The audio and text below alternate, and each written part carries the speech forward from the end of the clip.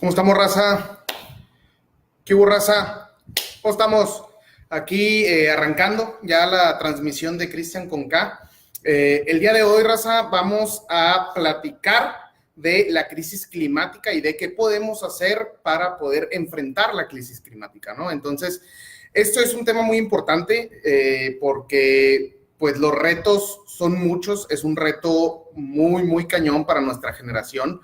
La verdad que enfrentar la crisis climática tiene que darse de una manera conjunta y esto es la mayor complicación. O sea, la coordinación que tiene que haber para enfrentar esta crisis es como nunca antes la hemos visto, ¿no? Esto tiene que ser coordinación internacional, coordinación local y coordinación nacional, ¿no? Entonces, este gran reto que tenemos es el reto de nuestra generación, el reto de los millennials y de los centennials, básicamente, ¿no? ¿Por qué? Porque, pues, prácticamente la generación X y los baby boomers, pues, no les va a tocar vivir ya las complicaciones y la economía que va a provocar esta crisis climática. Entonces, el día de hoy se trata de explicar qué es esta crisis climática. Es muy importante hablarlo ya como una crisis, no es nada más cambio climático, es una crisis climática y si no la enfrentamos, nuestra generación, pues básicamente es fin del juego, o sea, Avengers Endgame se va a quedar corto con lo que nos va a suceder con esta crisis. Entonces, primero que nada, ¿qué es la crisis climática? Ahora sí vamos de lleno al tema. Tenemos que dividirla en dos partes. Esto es muy importante. ¿Por qué? Porque muchas veces no entendemos cómo se relaciona el cambio climático con la temperatura o el clima que nos toca vivir día a día. Entonces, para poder entender esto, tenemos que ver que un tema es la problemática de gases de efecto invernadero, que es una problemática internacional y global. Y la otra problemática es una problemática local, que ya es de contaminación y de calidad del aire. Entonces, vamos a empezar con esos dos temas. O sea, uno es la crisis climática global y la otra es la contaminación del aire y la mala calidad del aire que tenemos.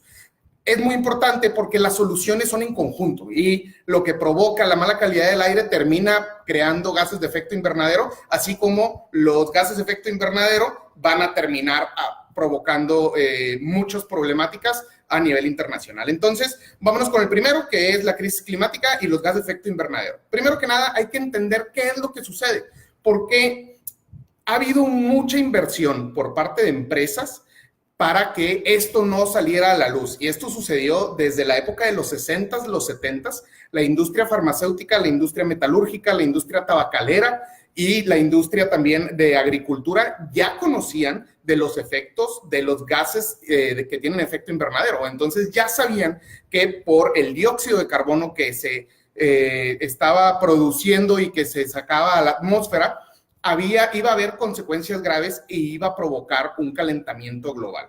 Esto se evitó que se hiciera público durante muchas décadas y llega en el 2000, algo muy importante que sucede es que justamente Al Gore compite por la presidencia de Estados Unidos en el 2000 con toda esta campaña y con todo este enfoque en enfrentar el cambio climático y cómo el cambio climático es el mayor reto de nuestra generación.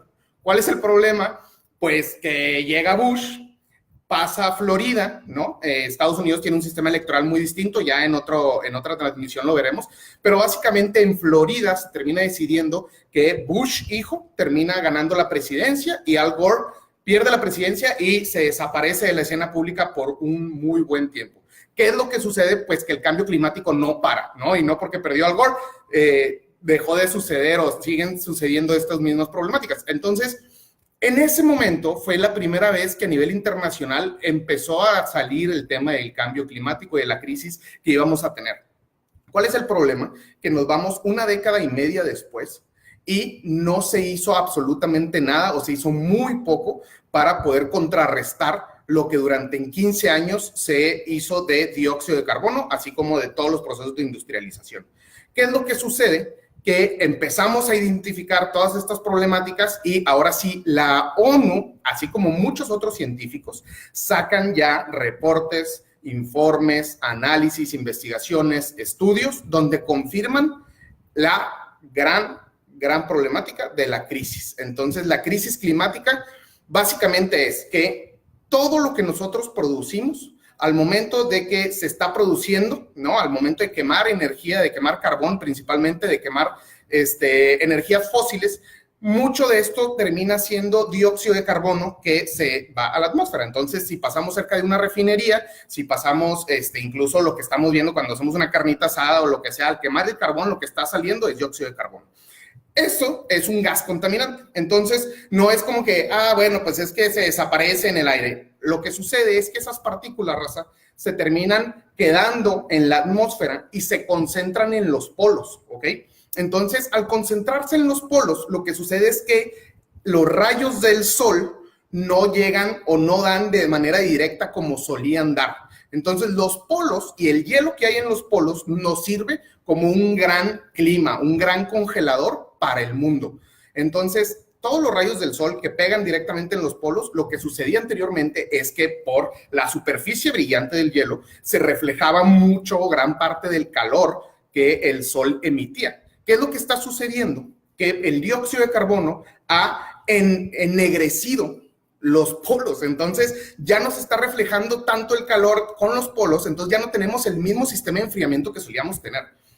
Y lo que sucede es que se está quedando el calor en esas zonas. Entonces, lo que empezamos a ver es, ahora sí, lo que podemos ver en documentales como Our Planet, que se lo recomiendo de Netflix, es que se están derritiendo los polos. Y el derretimiento de estos polos provoca que aumente el nivel del mar. Y por el aumento del nivel del mar, ahora sí vienen las consecuencias. Entonces, no solamente se van a inundar ciudades, sobre todo pues las ciudades costeras, no van a ser las primeras en que se van a inundar, sino que va a haber muchos otros desastres naturales provocados por estos rápidos cambios que está sufriendo el planeta. Entonces, definitivamente va a haber más huracanes, tifones, vamos a poder también tener otro tipo de, por ejemplo, tsunamis, etcétera, ¿no? Entonces, tormentas, cambios de temperatura que jamás habíamos visto, y todo esto es real.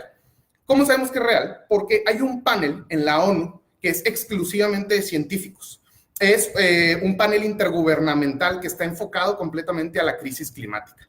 No sé si antes habían escuchado que el 97% de los científicos estaban de acuerdo con que la crisis climática era provocada por el ser humano.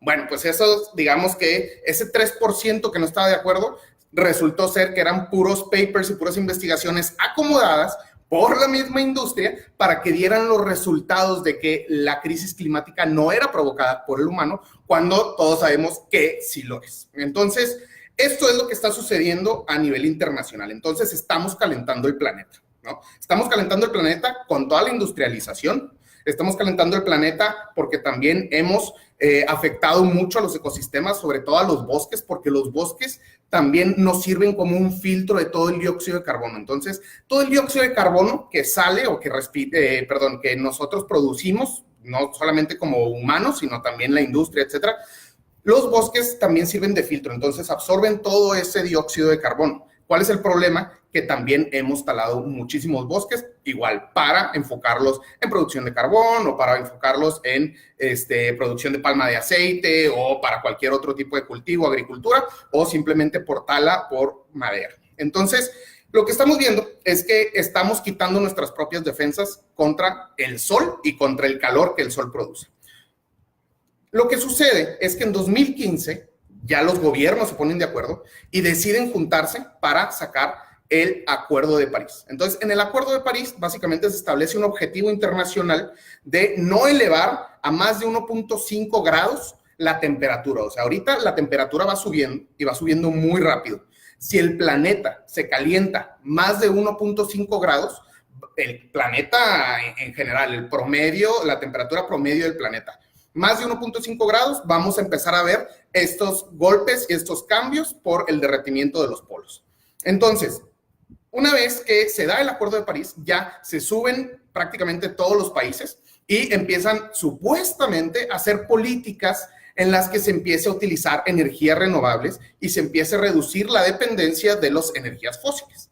Energías fósiles son carbón, es el petróleo, es el gas natural, es etcétera, etcétera. Son todas aquellas energías que no tienen una reposición directa y que aparte contaminan, ¿no? En cambio, tenemos energías renovables, como son las hidroeléctricas, como es la energía eólica, la energía nuclear. Bueno, la nuclear tiene ahí un poco de, saca desperdicio también. Tenemos la energía solar. Entonces, la idea era que los gobiernos empezaran a optar por estos energéticos en vez de irnos otra vez a los fósiles o mantenernos en los fósiles. ¿Cuál es el problema? Que ahora sí ya dependía completamente de los gobiernos. Este mismo panel de la ONU de científicos, que es ahora sí digamos que es la Liga de la Justicia de Ciencia que está en la ONU, sacan en este reporte también y nos dicen, hace un año, raza, tenemos 12 años para cambiar la tendencia del calentamiento global. ¿Qué es esto? Tenemos hasta el 2030 para revertir el calentamiento, porque si no, vamos a cruzar un punto de no retorno. ¿Qué significa esto? Que ya va a ser tanto que por más cosas que hagamos, por más política, por más coordinación, va a ser imposible regresar a el planeta como lo tenemos el día de hoy, ¿no? Entonces, por eso es importantísimo, o sea, tenemos 11 años, no hay más, y lo peor es que están saliendo más reportes que nos dicen que está pasando mucho más rápido de lo que creíamos. O sea, el calentamiento global y el derretimiento de los polos está empezando a ser exponencial a las proyecciones iniciales. Entonces, puede que ni siquiera sea hasta el 2030 y puede que sea el 2025. Entonces, pues tenemos que hacer algo y tenemos que hacer algo como sociedad ya. Ahora, todos estos son los problemas globales, ¿no? Vamos a aterrizarlo al tema local. En México, ¿qué es lo que sucede? Que teníamos una proyección ya hacia mayor uso de energías renovables. De hecho, la reforma energética en gran parte tenía o tiene como objetivo el cambio de energías fósiles a energías renovables. ¿Qué es lo que sucede? Bueno, que con el cambio de gobierno, el enfoque ahora sí es otro completamente. O sea, ya el enfoque no son energías renovables, ya la prioridad no son energías renovables, la prioridad es la refinería de Dos Bocas y la prioridad son las carboneras que hay en Chihuahua. La prioridad es básicamente volver a depender o continuar, mejor dicho, reforzar la dependencia de energías fósiles. Hay mucha gente que dice, no, pues es que no sirve de nada, como quiera no vamos a poder revertirlo y nos vamos a morir, no sé qué es lo que buscan, o de nada sirve si no tiro basura, etcétera. Entonces, todos estos problemas se ven tan lejos y tan irreales que no los logramos aterrizar y ver el impacto que tenemos en el día a día, pero ya lo estamos sufriendo. Ya estamos viendo los cambios de temperatura drásticos y radicales en ciudades como Monterrey. O sea, hace menos de un mes llegamos a 40 grados, raza. Estábamos en marzo, abril y 40 grados. ¿Cómo es posible? Entonces las cosas se van a poner mucho, mucho peor. Bueno, entonces en el tema local, ¿qué más sucede? Bueno, ya vemos que México pues cambió el enfoque y nos vamos a enfocar en energías fósiles, pero eso no quita el hecho de que nosotros en nuestras comunidades podamos hacer algo al respecto. ¿Pero qué es contra lo que estamos luchando? Bueno, básicamente lo que vamos a ver es que a nivel local, lo que estamos, o la manera en la que se contamina el aire es a través de material particulado o micropartículas. Usualmente se les conoce como PM, ¿no? Y son en dos tamaños, son PM10 o PM2.5. Ahora, dentro de estas micropartículas, lo que vamos a encontrar son gases efecto invernadero, así como los mismos, que es como dióxido de carbono, nada más que hay otras partículas que afectan mucho más al ser humano. Partículas como sulfatos, nitratos y carbón negro, que por ser tan minúsculas, estas micropartículas, o sea, digamos, en un cabello, el grosor de un cabello son hasta 5, 6 PM10. Entonces, y una PM10 son 4 PMs 2.5, ¿no? O sea, es el tamaño ya de las micropartículas. Entonces, estas micropartículas las estamos respirando día y noche, sobre todo aquí en Monterrey. Entonces, esto, ¿qué es lo que termina provocando? Termina provocando muchísimas enfermedades respiratorias, provoca cáncer de pulmón, provoca paros, ¿no? Provoca paros cerebrales, ¿no? Entonces, y paros cardíacos. Entonces, enfermedades cardiovasculares, enfermedades respiratorias, es la consecuencia directa por toda la contaminación. Entonces, todo lo que estamos viendo prácticamente día a día, que no se ven los cerros en Monterrey, son todas estas partículas contaminantes, ¿no? Entonces, ¿qué es lo que lo provoca? Bueno, aquí sí empieza lo bueno, porque pues a nivel global sabemos que es principalmente la sobreproducción y la generación de energía a nivel global. O sea, China, digamos, es de los principales responsables de todo el dióxido de carbono que se está emitiendo y se da un seguimiento muy concreto de todo esto. Pero a nivel local lo que sucede es que se echan la paletita entre que si es la industria, que si son los vehículos, que si es la carne asada, que si que esto, que el otro. ¿Y cuál es el problema? Porque se echan la paletita es porque básicamente es muy complicado poder medir quiénes son los responsables directos de la contaminación que se está dando. Entonces, para evitar este tipo de cosas, justamente Mario Molina, como bien saben, es un crack, pues es premio Nobel de Química mexicano, justamente acaba de presentar un reporte. Y me voy a concentrar mucho en el área metropolitana de Monterrey. ¿Por qué? Porque somos la ciudad más contaminada de micropartículas en Latinoamérica, ¿ok? Entonces, nos estamos dando en la torre gacho, ¿ok? Entonces, lo que podemos ver con estas micropartículas es que Mario Molina lo que hace es medir justamente qué es lo que provoca. Entonces, hay fuentes fijas de contaminación y fuentes móviles. Fuentes móviles, pues muy claramente podemos identificar que son los vehículos, y fuentes fijas son principalmente la industria. Y aparte también se analiza otras fuentes que son principalmente las casas que están también emitiendo todas estas micropartículas, ¿no? Entonces, es muy importante dividirlo. ¿Por qué? Porque para poder tener soluciones tienes que saber qué es lo que está provocando tanta contaminación, ¿no? Entonces, Monterrey, como bien sabemos, es una ciudad industrial. Tenemos, sobre todo en lo que es en el norte de Monterrey, Santa Catarina, Juárez, San Nicolás, Apodaca, la cantidad de industrias es impresionante. Entonces, lo que estamos emitiendo, no solamente de dióxido de carbono, sino de micropartículas que nos están matando, es estúpido. O sea, es una cantidad estúpida para que no se esté haciendo absolutamente nada. Entonces, vemos que ya van más de 20 años que esta problemática ha ido en aumento en Monterrey, en Nuevo León, y no se ha hecho absolutamente nada, ni diputados, ni gobernadores, ni alcaldes, ¿no? En este reporte que Mario Molina justamente les da a los principales alcaldes de la zona metropolitana, pues todos igual se echan la pelotita y dicen, pues es que lo que necesitamos es coordinación de la federación, del estadio, del municipio, etcétera. O sea, a ver, vato, tú ya tienes poder y tú ya puedes empezar a resolver muchas de estas problemáticas. ¿Qué es lo que podemos ver? Bueno, ¿cuánto es la contaminación de la industria? En partículas PM10 es 42%. Y la contaminación de la industria de partículas PM2.5 es de 64%. O sea, la industria es el principal responsable de la contaminación, ¿no? Vehículos también es un gran problema en Monterrey. ¿Por qué? Porque hemos aumentado el padrón de vehículos en una cantidad exorbitante. ¿Por qué? Porque no nos concentramos en transporte público. Porque la política, en vez de decir vamos a hacer transporte público eficiente, fue cada quien su carro, cada quien se batalla como quiere.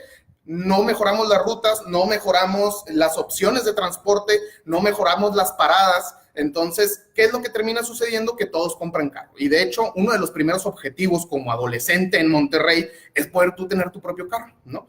Cuando el gobierno debe cambiar esta cultura y cambiar la cultura para que sea de transporte público, para que sea de uso de bicicletas, para que sea mejorar las banquetas y caminar esta calle, ¿no? Nuestra ciudad la tenemos abandonada. Y uno de los grandes problemas, hablo ya de urbanismo, porque Mario Molina justamente también menciona que el urbanismo en Monterrey es pésimo. Abandonamos el centro, nos fuimos a las orillas de la ciudad y lo que provocó es más vialidades, más vehículos, más contaminación, ¿no? Entonces, ya todos tienen su carro y si no tienes carro te tienes que trasladar en camión y el camión es muy ineficiente, sigue atorado en el mismo tráfico, no tiene libertad de vía y aparte te tardas el doble o hasta el triple en utilizar camión, a diferencia de utilizar tu vehículo privado. Entonces, todo esto lo tenemos que atender, raza. ¿Qué es lo que sucede con la contaminación? Pues la contaminación no solamente provoca enfermedades respiratorias, o sea, ya directamente en cada una de las ciudades, sino que también afecta directamente a las empresas, a las mismas empresas que están contaminando y aparte a todo el resto de la economía de Nuevo León. ¿Cómo es esto? Pues básicamente estas enfermedades lo que van a producir es afectaciones a la productividad y a la competitividad de estas empresas. Entonces tenemos pérdidas millonarias por parte de las empresas por la contaminación. No solo esto, sino que también todo nuestro servicio médico, toda nuestra atención médica, el Seguro Social, el IMSS, etcétera, lo que vemos, y pues, también a nivel salud en general, es que el costo que tienen estas enfermedades respiratorias y cardiovasculares a un corto y mediano plazo también es muy, muy alto. O sea, hasta económicamente hablando, es mejor inversión meterle transporte público, meterle a luchar la contaminación, que a seguir en la misma tendencia que estamos, porque nos va a salir más caro todos los enfermos que vamos a tener, nos vamos a salir más caro toda la afectación que va a haber a la economía y a la productividad de las empresas. Entonces, ¿qué es lo que podemos hacer? Bueno, antes incluso de todo esto, hay 3 grupos que están principalmente vulnerados por estas problemáticas. El primer grupo son los niños. Los niños, sobre todo niños menores de 5 años, son los que tienen más afectaciones de estas partículas. Entonces, pues imagínense, o sea, llevas a tu niño al kinder, no puede ni siquiera salir, no puede ya jugar en el parque. ¿Por qué? Porque está todo contaminado. Entonces, obviamente, esto termina afectando mucho más a todo el desarrollo y son mucho más propensos a desarrollar todas estas problemáticas que ya les comenté. También tenemos a las personas que están expuestas en las cocinas, ¿no? Principalmente mujeres que cocinan o amas de casa que están respirando todos estos aires constantemente. Y por último, las personas que trabajan en la calle o al aire libre. Entonces, esas son las principales personas que van a tener problemas respiratorios y problemas cardiovasculares. Ahora, vámonos a las soluciones muy rápidamente. ¿Qué es lo que podemos hacer? Pues básicamente son 3, 4 puntos. Primero que nada, hay que cambiar a energía renovable. Y esto no depende solamente del gobierno federal. Si bien sí hay parte importante que el gobierno federal es responsable, tenemos que conocer que el mismo alcalde, el mismo gobernador pueden dar incentivos para que la gente compre paneles. Pueden dar incentivos para que la gente se cambie a un vehículo híbrido o a un vehículo eléctrico, ¿no? Pueden dar incentivos también para que a través del predial o de alguna otra manera la gente empiece a buscar energías alternativas en vez de seguir consumiendo fósiles. Y algo que nos puede doler mucho como regios es también la opción de, pues tenemos que cambiar a asador de garraza y termina sabiendo lo mismo. Es exactamente la misma carne, pero la idea es dejar de quemar carbón y dejar de quemar energías fósiles. Ahora, ¿qué más podemos hacer? Tenemos que regular las empresas, ¿no? No podemos permitir que se siga contaminando de esta manera en Monterrey, en una ciudad que era fuente de innovación, éramos punta de lanza, ahora estamos atoradísimos con contaminación, ¿no? Tenemos que regular también los vehículos. Tiene que haber una verificación vehicular y también tiene que haber un no circula. Todo esto para poder reducir la cantidad de vehículos que hay en la ciudad. Ahora, todo esto tiene que ser de manera integral. No puede ser nada más una o nada más otra. ¿Cuál es el problema? Que los políticos no han hecho nada de esto en más de 15 años, cuando en Ciudad de México esto ya lleva más de 2 décadas. ¿Qué más podemos hacer? Bueno, podemos hacer cambios a utilizar el carpooling, ¿no? Podemos también empezar a utilizar transporte público. Pero esto tiene que ir de la mano también con una política pública consciente del gobierno para que empecemos a tener transporte público de calidad y transporte público eficiente. ¿Por qué? Porque igual no se enfrentan a los transportistas, no hacen absolutamente nada, ni siquiera hacen rutas eficientes o ni siquiera marcan de manera correcta las calles como Pino Suárez, ¿no? Como Cuauhtémoc, que se pueden mejorar mucho más con señalización, pero no estamos pensando en eso, seguimos pensando en soluciones arcaicas, ¿no? En soluciones de agrégale un carril más, como si la gente no fuera a comprar más vehículos, como si la gente no se sigue yendo a vivir a las afueras de la ciudad, ¿no?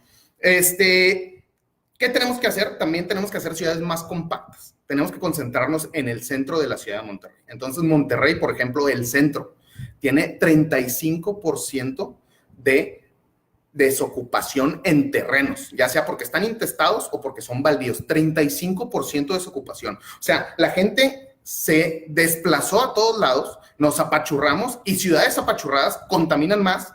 Tenemos que gastar más en nuestro vehículo, en transportación, y tenemos que utilizar menos transporte público y ni siquiera utilizamos los espacios públicos, ¿no? Entonces, todo esto lo podemos hacer. Y un tema también importantísimo en Monterrey, ni siquiera estamos reciclando. Y también los desperdicios y la basura son causa contaminante de aire de mala calidad, así como de gases de efecto invernadero. Entonces, tenemos que empezar a sacar programas de reciclaje y programas de desecho correcto de toda la basura que tenemos, ¿no? Ya sea para hacer biomasa o cualquier otra energía incluso que pueda salir de ahí. Todo esto es momento de cambiarlo y tenemos que unirnos, tenemos que concientizarnos que tenemos una década. Tenemos una década para que el planeta todavía nos perdone y no nos elimine, porque pues el planeta va a seguir aquí. O sea, los únicos que vamos a perder somos nosotros como especie y todas las otras especies que estamos matando, ¿no? Que según este mismo reporte de la ONU, son entre 150 y 200 especies al día, ¿no? Entonces, hasta aquí el día de hoy, raza, con el tema de la crisis climática. ¿Qué les parece si nos vamos 5 minutitos rápidamente a comentarios? A ver qué dice la raza. Muchos saludos todos, Mireles, Dani, ¿qué pasó, mi Pancho? Saludos, Lazo. ¿Qué dice mi Sergio? Lencho, ¿cómo andamos? También a la raza de Facebook, ¿cómo andamos? Mi Tony, ¿qué dice Javier? ¿Cómo andamos? Dudas que tengan de este tema, raza, dudas de la crisis climática. Para consejero de la CR, oye, sí, malísimos los consejeros que terminaron sacando, ¿no? A ver, dice Mario, si algunas soluciones para el problema de contaminación son transporte público, multas para las empresas emisoras de estas partículas, verificación vehicular, ¿cómo podemos hacerle para que el gobierno haga algo? Exigiendo, no hay más, o sea, es exigiendo y de señalarlos y decir, oye, ¿por qué no has hecho nada de esto? ¿Por qué no has hecho ninguno de estos programas? Y te estás concentrando en repavimentar, o sea, pues sí, hay baches, pero pues los baches, o sea, no son prioridad, o sea, sí son prioridad, pero también incluso hasta en el tema de los baches, o sea, se van a cerrar los baches a las afueras de la ciudad, o sea, también concéntrate en las arterias que más circula la gente, porque esas mismas arterias siguen teniendo más baches, ¿no? Entonces hay que señalarlos y hay que molestarlos, y hay que estarlos friegue y friegue, por Twitter y por Facebook y demás, ¿no? A mí ya me hicieron fan destacado de algunos políticos de estarlos jorobe y jorobe, pero no hay otra. Y cuando salgan nuevas opciones, o sea, en 2021 tenemos otra elección, raza, y hay que votar por gente que tenga todos estos problemas identificados. ¿Por qué? Porque llegan y empiezan a hacer ocurrencias, empiezan a ver cómo resolvemos este problema, cuando ya debieron de haber hecho todo ese análisis previamente, ¿no?